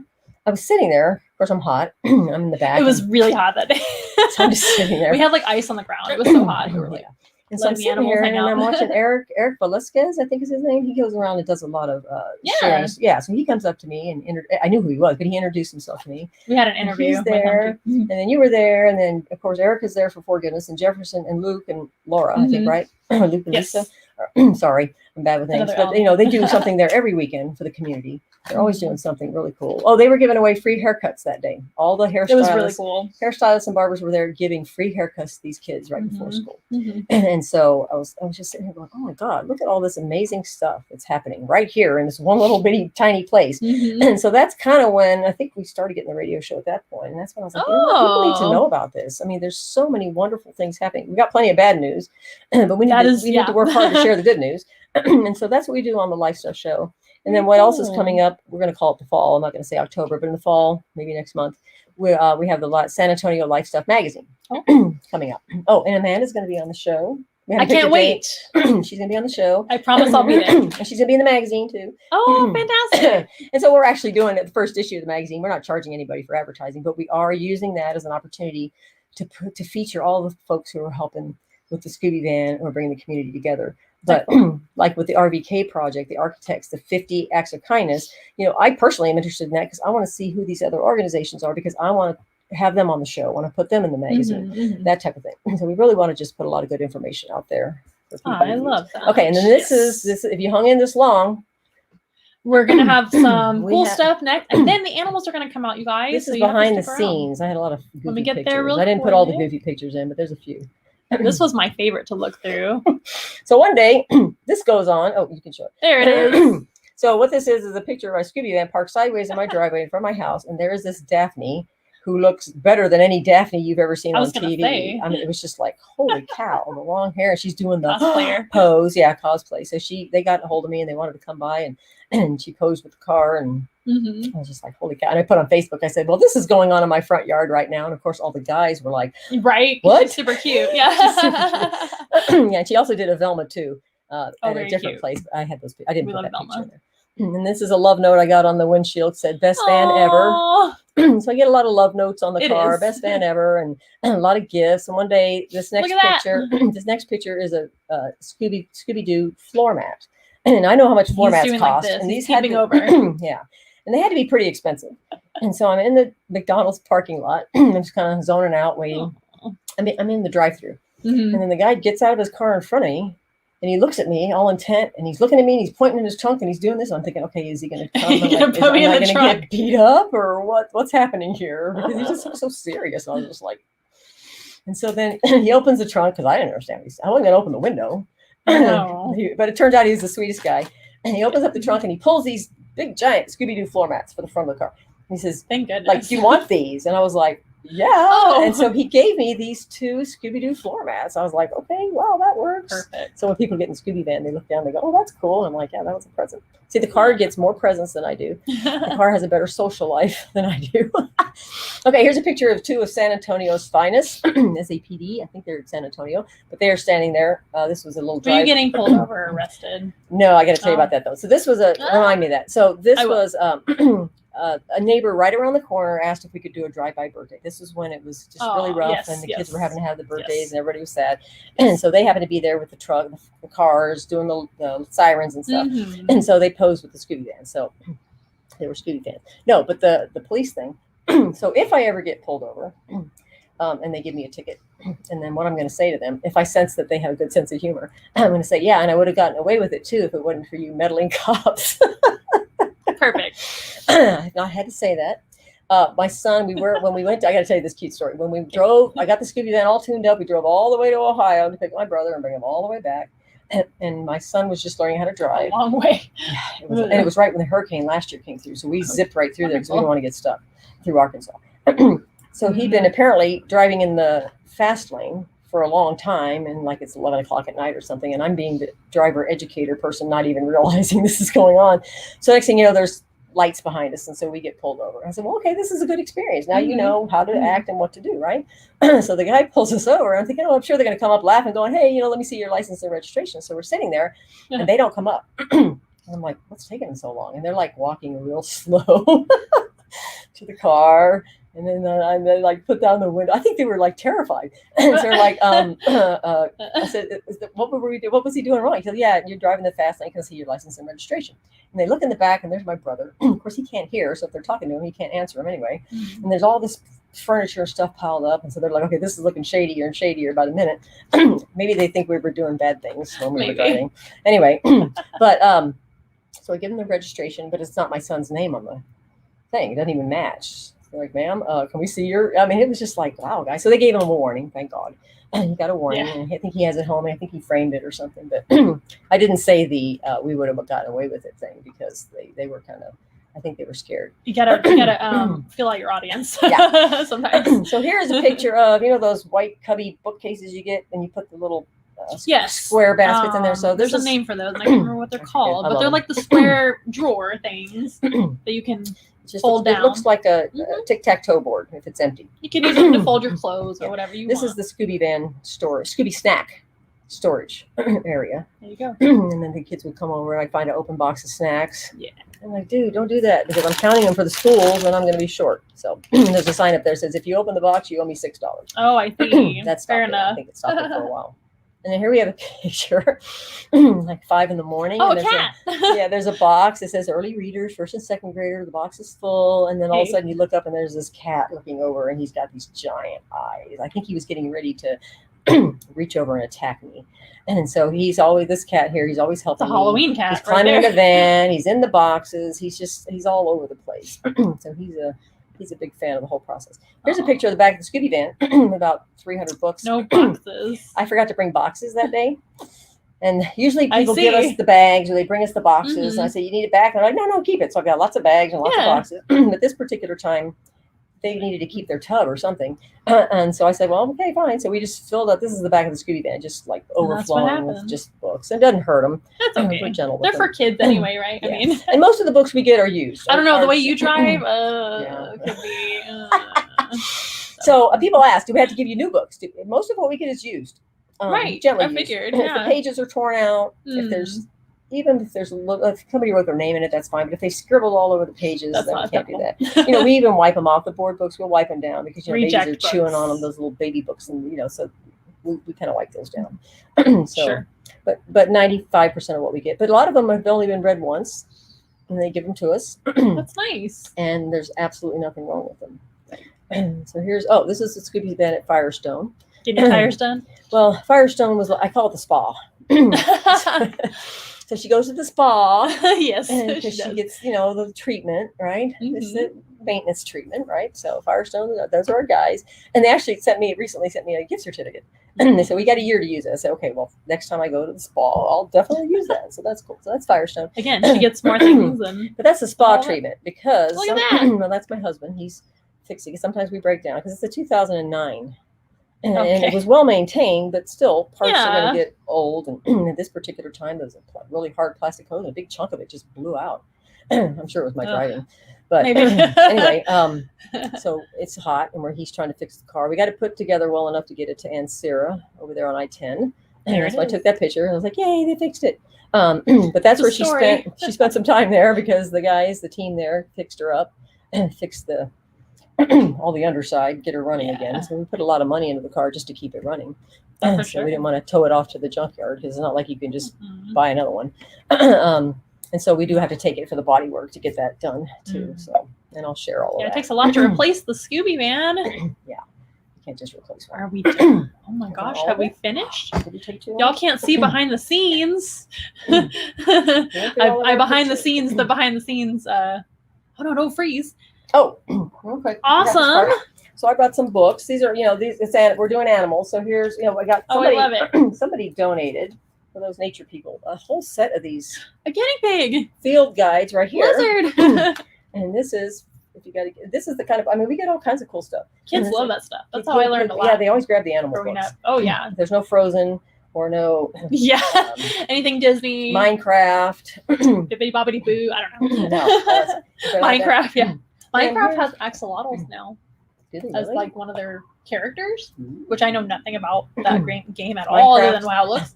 I always watch it and go, "Oh, I'd love to do that," because it's a very creative game, but I don't know how to use the controller, so I never do. I don't have any time to play any games. Right. This is cute. We can take a day off and play games. Okay, so there was just a whole series that somebody had donated. These are early readers, and so we get. One time I was giving away a book in the 1960s. I was like, okay, this is bad because this is when I was born. But some of them are. It's a classic. Yeah. Or an antique. It's antique, yeah. But so we get tons and tons of books. So enough of that. I absolutely loved that you came all prepared because usually, people come on and I'm trying to kind of coax them into talking about themselves. I didn't have to do a thing this time because you were very prepared. It's a 10-year story, so. Which is great. No, I don't mind at all. But this is the animal encounter program, so we should probably bring some animals on the show other than humans and Scooby-Doo that we met earlier. Let's go ahead and clear the tabletop.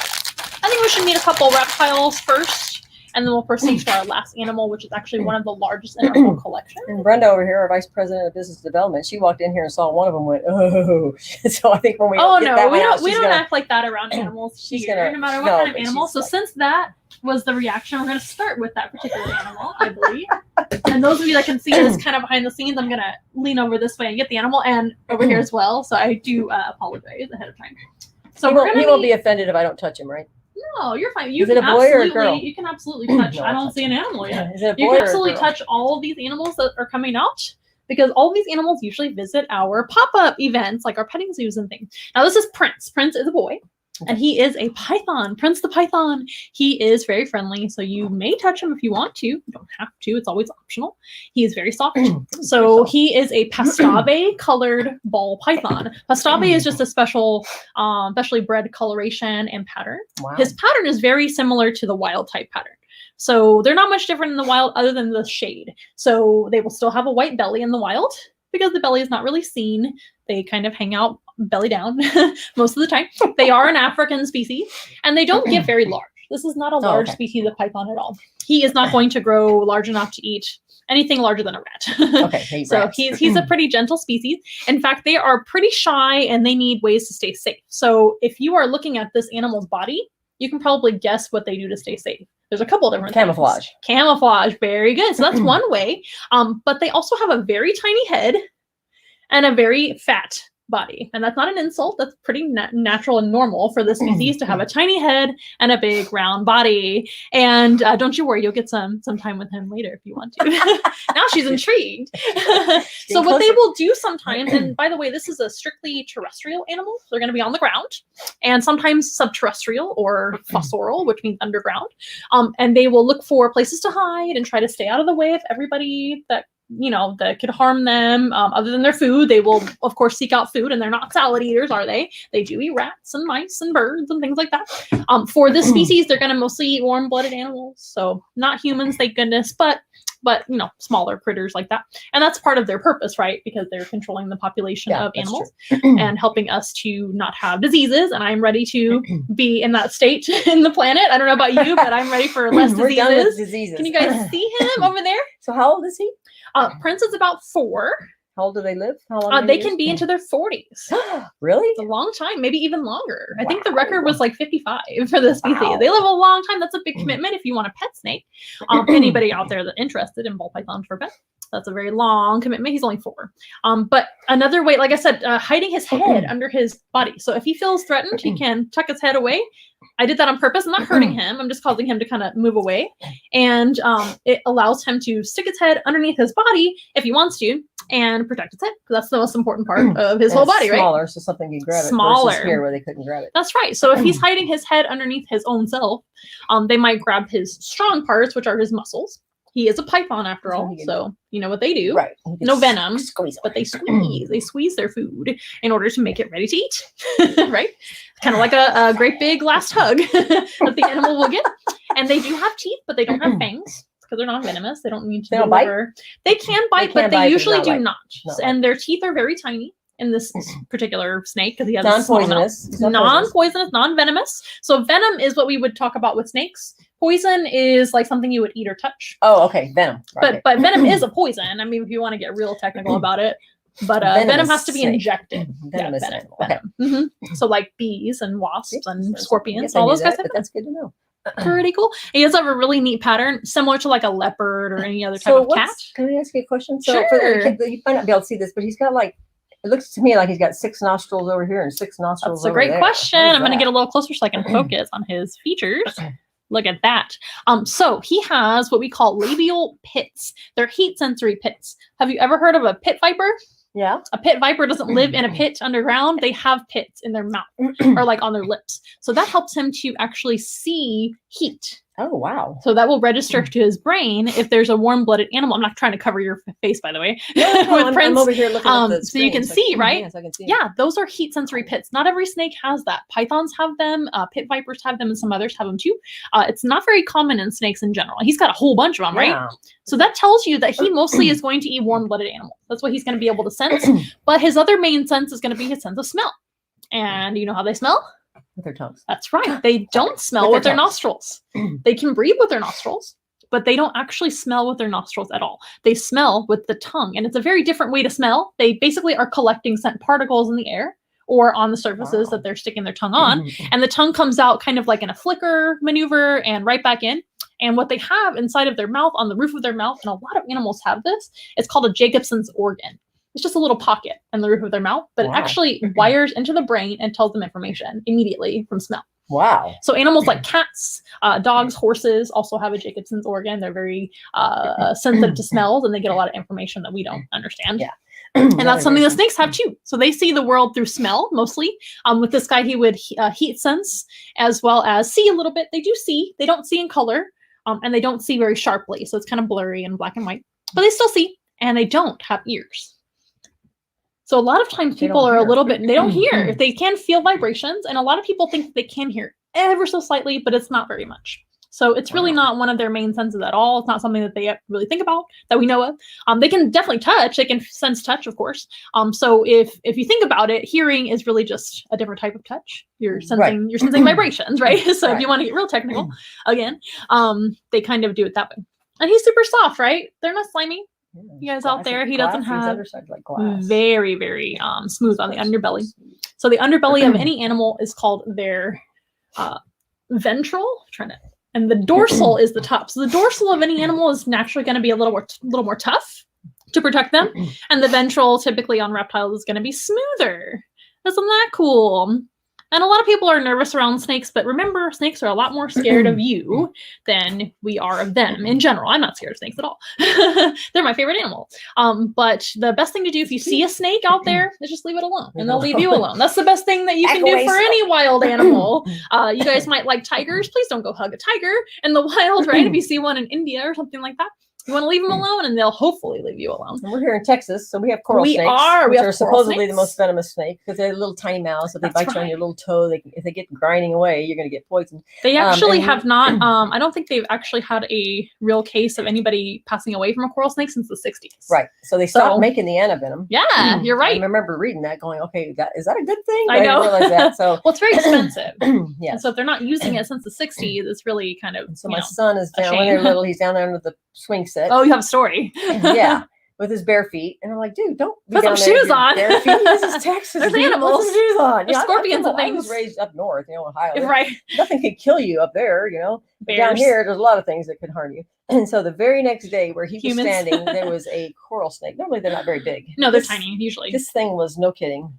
That's pretty big for a coral snake. It was huge. She's way off screen. Yeah, it was like almost 3 feet long because there's a picture of them holding it without its head. And they're holding it, and it's almost as tall as they are. That's not very nice. And I'm like, yeah, don't ever go outside without shoes on anymore. That was. And next time, leave it alone, right? But I mean, no, he did. It was his dad that found it the next day. Yeah, but we don't do that. And once every couple of years, we find one in our yard. Oh, of course, yeah. And they're more common this type of year, than other types of year. Other types, I can't talk today. Other times of year, you guys, it's been a long day. But yeah, snakes are wonderful animals. They are part of the essential food chain, as we were talking about before. They eat a lot of things like mice and rats and even birds that can carry diseases too, because if you think about it, it's even better for those animals, for the mice and the rats and the birds, because it's taking away the sick ones. Right. And then the healthy ones can thrive, make more babies, and be nice and healthy, just like with any prey animal or any animal in general. He's trying to smell your computer, I think.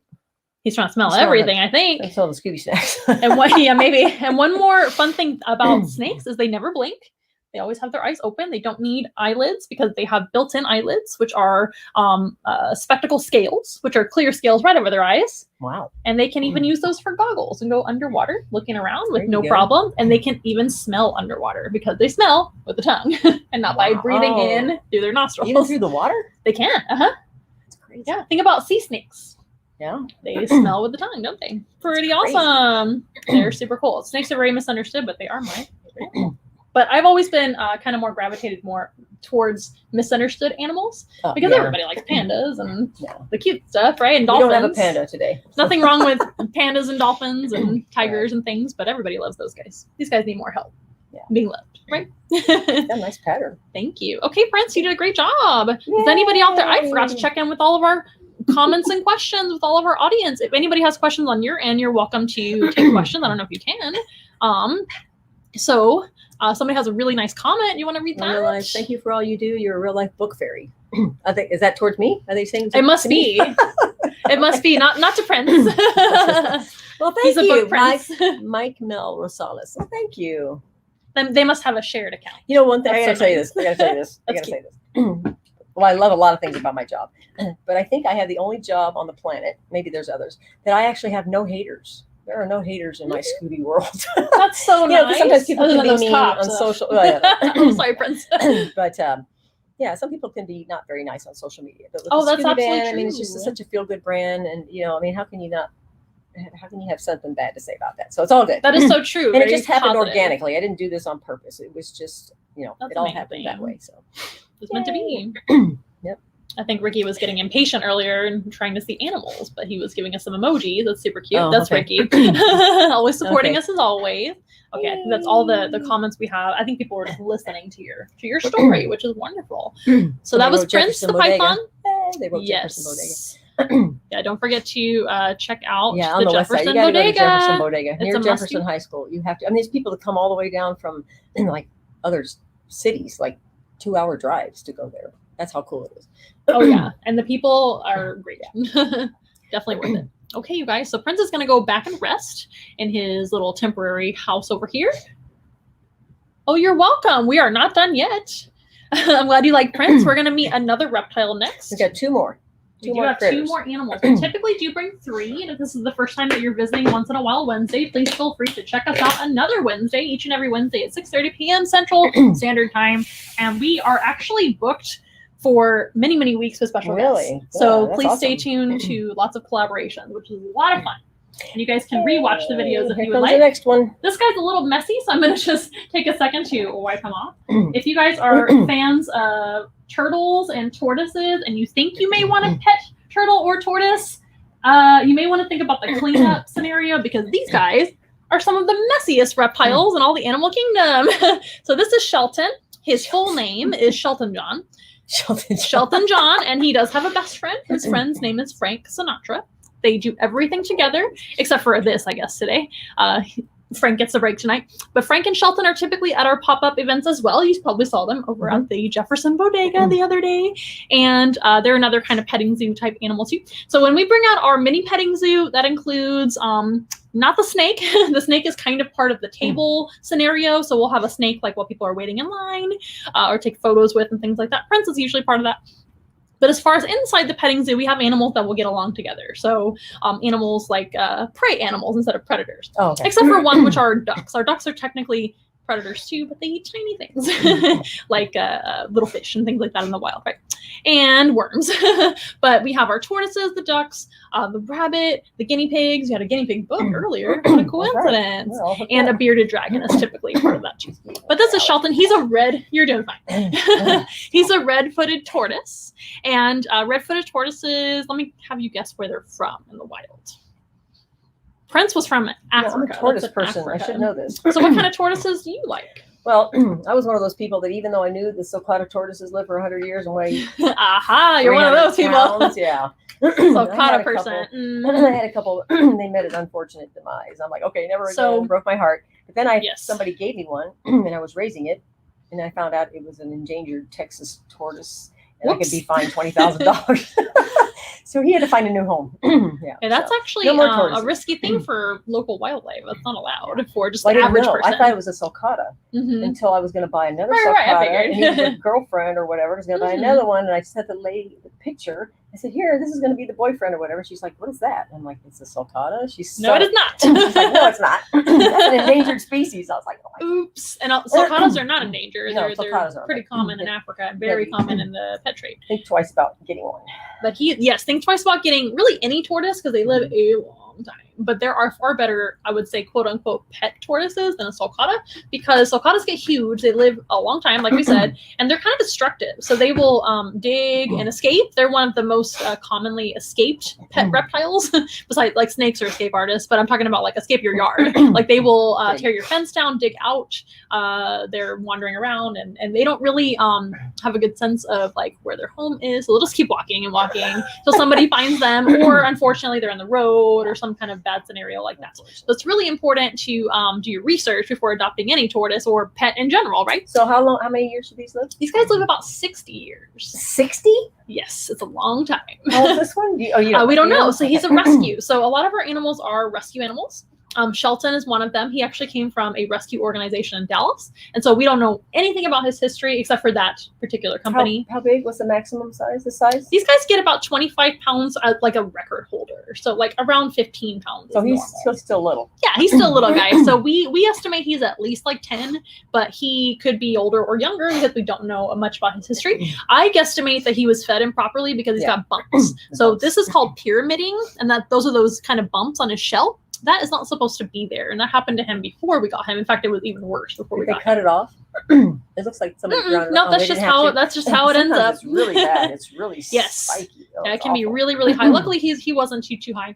But that comes from improper diet because, of course, these guys are herbivores, and a lot of people feed them things like dog food, worms, chicken. We've heard people feeding them chicken. We're like, how? What? They're not chasing chickens the best part about in the wild. You put them in your yard and they eat all the weeds. They eat weeds, dandelions, and that's a great diet for them as long as you're not using pesticides on your weeds, right? You got to make sure that you know what's on the food items, right? Or you can rent some and give them to him. He's so cute.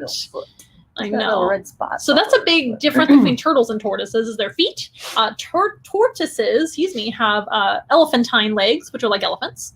They're like tree trunks. He's trying to lift off here. He's showing them off. Yoga. He's stretching out his little legs. And then, of course, they're not designed to swim. So that's why they have heavy legs and heavy bodies. They don't need to swim. They don't eat anything in the water. They eat vegetation. So grass, weeds, flowers. And animals. So this type of tortoise would eat lots of tropical plants.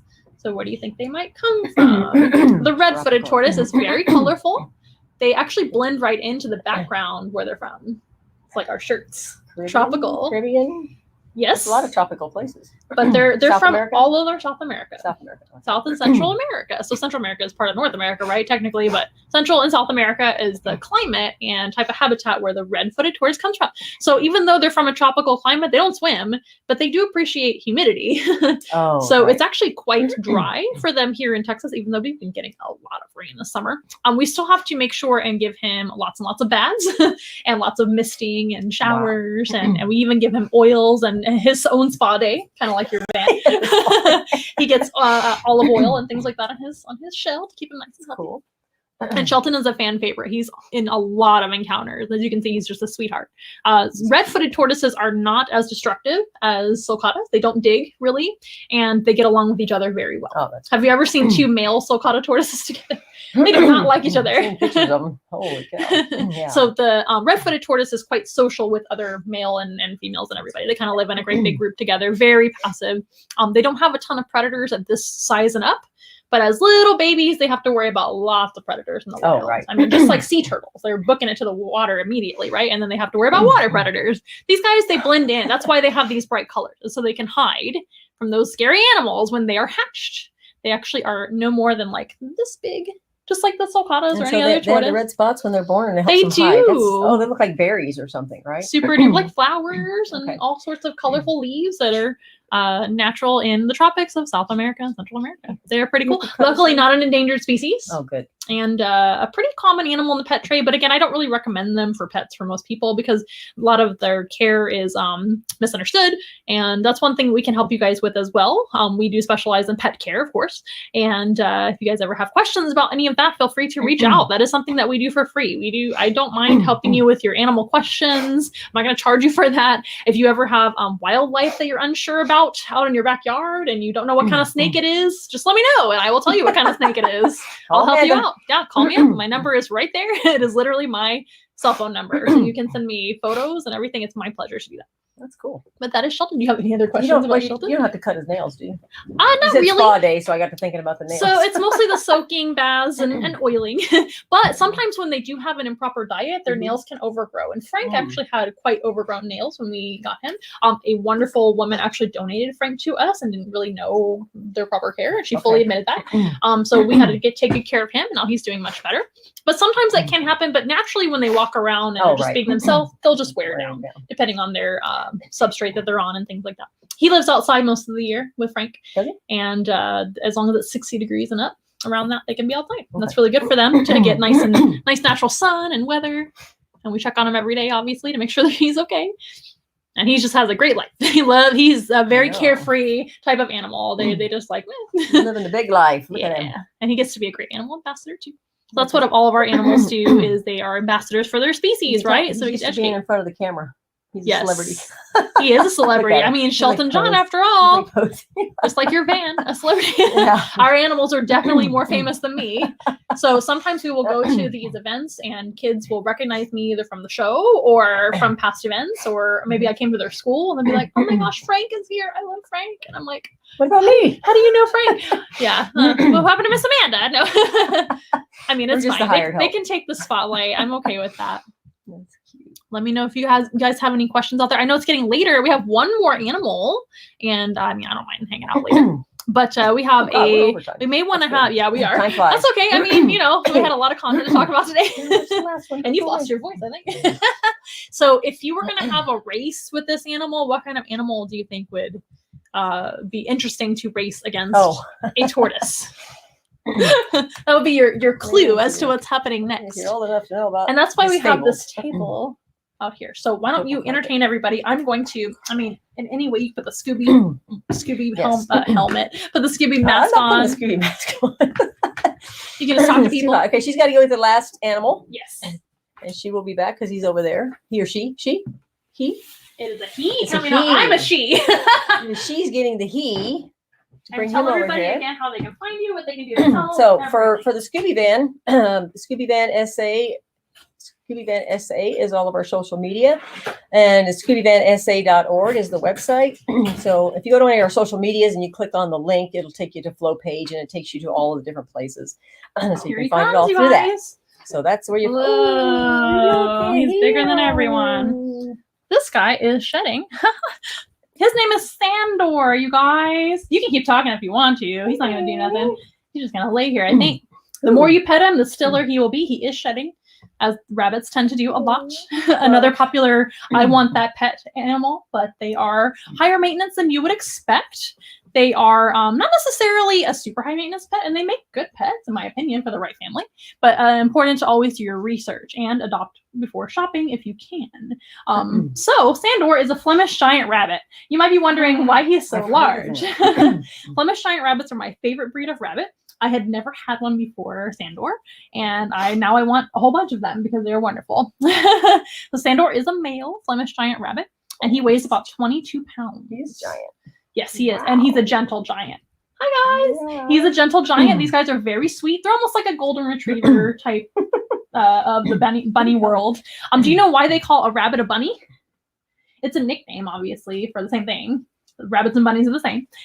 They have a bun-like tail. It kind of looks like a lady's hair bun. So they used to call rabbits bun without the any part.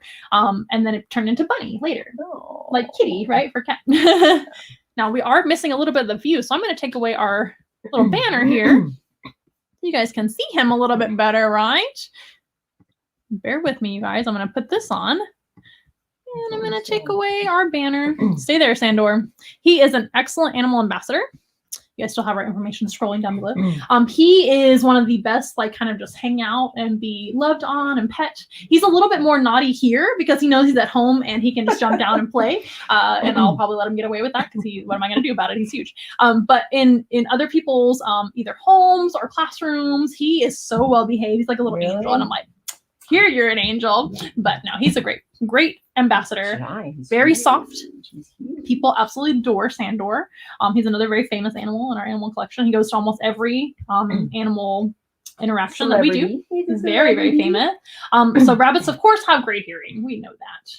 Unlike the snake. Snakes have terrible hearing. A rabbit has really good hearing with these big ears. But do you know another reason for animals having such large ears? You know why elephants have such big ears besides hearing? That's part of it. Cool themselves down? That's right. Really? And rabbits do the same thing. Really? They don't flap their ears like an elephant, but they do have really large veins. You see the veins through the light there? So since rabbits have a very, very dense fur coat, they're designed for being in cold weather. Right. They're not an animal that really hibernates. They just kind of deal with the cold weather. And they don't bathe because if they get wet, then they stay wet and they can get very sick. Oh, wow. Like hypothermia and things. So they don't really like to swim. So he doesn't get a bath? No, you're not supposed to bathe rabbits unless you have like an emergency, something on him, and you can just wipe it off. But rabbits clean themselves like a cat. Good deal. The kids are like, man, that's a good deal. Well, but there's a lot of shedding of hair to help them stay, I guess, sanitary. They do need to be brushed about 4 times a year very thoroughly. They don't really like it either. So it's one of those things you have to train him for. But this will help him to kind of get rid of some heat. He's got very less hair on the ears and great big veins, and that can help to keep them cooled off. Because that's one way. Are they all this color? This particular? No, they're not. They come in almost every color you can think of, except for spotted. I don't think I've ever seen a spot. I don't think it exists, or it's part of the breed standard. But every like solid color you can think of: black, dark brown, super cool, white. He's a fawn colored one. They make them in sandy, which is a kind of a wild type coloration. It looks like a squirrel. And they're just awesome. And not every type of rabbit acts like this. Some rabbits really aren't really, more skittish. They're more skittish. Rabbits are prey animals, so they're definitely naturally a skittish animal. But Flemish are so large, they kind of lost a lot that because they're like, oh, I'm huge. Yeah. But the ironic thing is they were bred. House cats. Yeah, they are for a lot of cats. I don't know too many 22-pound cats. A few of them. Maybe that black cat that we saw earlier peeping over. Oh no, he's not that big. That Halloween cat. I like him. But Ricky's actually allergic to cats, which is why we can't have cats anymore. But we have everything else, so I can't complain. But what was I gonna say? I forgot. What was the coloring? You were talking about the coloring? The coloring. Well, I'll just talk about that a little bit more. Maybe it'll come back to me. So a lot of these prey animals have white tails, white kind of in their ears, white features on, or kind of like points on their eyes and things like that, and white bellies. Do you know why that is? I'm gonna say camouflage. Camouflage is always the answer. Well, it is counter shading, so this would help in the wild to be more of a mixed black and tan, like a squirrel, like a common squirrel here in Texas, or like a rat. They're colored kind of like that. In the wild, all breeds of rabbits come from the wild European rabbit. Okay. That's where every single domesticated breed of rabbit comes from originally back in the old days, and they've been domesticated for a long time. That's what I was gonna say. This breed was originally purposed for food, which is ironic because they're not a skittish breed. So I guess they don't know. But a side effect from they were being bred for food. No, of course not. And one side effect of breeding such a large rabbit is a more mellow rabbit, because they kind of lose a little bit of that athleticism, skittishness, etc. So it's really cool. But their coloring, having the white points, that is a warning for other animals. So have you ever seen a deer like running away? Yeah. They raise their tail, don't they? It's a flag of warning, basically. So they're saying, I'm running away from something. You should probably follow me because there is a predator or something dangerous. They're not warning people to stay away. They're warning everybody else to come with me. Go with me. Oh, that makes sense. Look out for the predators. And it's just something that's over time developed on them, and that is something you see a lot on prey animals and predators too. Some predators have the counter shading too, obviously, because just over time this has been the camouflage part, and so they need to be cleaned. So that's interesting. Pretty cool, huh? So what's with the whiskers, real quick? I know we're over time, but no, you're fine. Not a problem. And his eyelashes. Yeah. So just like a lot of mammals, he does have, of course, hair. Mammals have hair. Mammals are warm-blooded, and they give milk to their young. That's what makes mammals mammal. But he's got these whiskers, and you guys probably can't see as well as she can. Really long eyelashes. But just like cats and dogs, they actually have that too, and that's to help them feel. Like in the dark? Yes, they can. And in the dark, and just kind of getting a little bit of a heads up, maybe even under a tunnel. They can figure out how well, this guy can't fit into many tunnels, but in the wild, they can figure out how small of a space they can fit into, right? Just like a ferret or any other animal that tunnels. They can feel it, yeah. And you're welcome to keep petting him if you want to. He loves it. He's probably wanting that. But more hair will fly into the air like fairy dust. Hurry up to my nose. She's coughing enough. Yeah. Dying. No, I know. Are you allergic to rabbits? I hope not. I don't think I'm allergic to rabbits, but I'm just allergic to San Antonio. No, it's okay. Are you from here? No, I'm not from anywhere. My dad was in the Air Force. You're not from anywhere? I'm not from anywhere. She's just magically appeared. I'm an Air Force brat. That's how my parents were, actually. Yeah, so super fascinating. So it's just a more sensory. A lot of mammals have the whiskers to help them feel. He's got all 5 senses, and they're all really good. Great hearing, like I said. They can actually hear 2 miles away from their own body. They can listen and hear. I wish I had that, because I'm super bad at hearing. I was born with like almost none of my hearing in my left ear. Really? So I'm very hard of hearing, even at my age. But I would love to be able to hear. Half rabbit. I have very sensitive hearing. Do you really? Yeah. Oh, interesting. Here, and I'm like, stop. It's like, oh no, I'm like, I can't hear you. Yeah, so I'm like a rabbit, I guess. And then great sense of touch, like I said, great sense of smell, obviously, and they can see almost all the way around their own body. And that helps to be a prey animal with great sight. He's got great distance vision as well, great sharp color vision.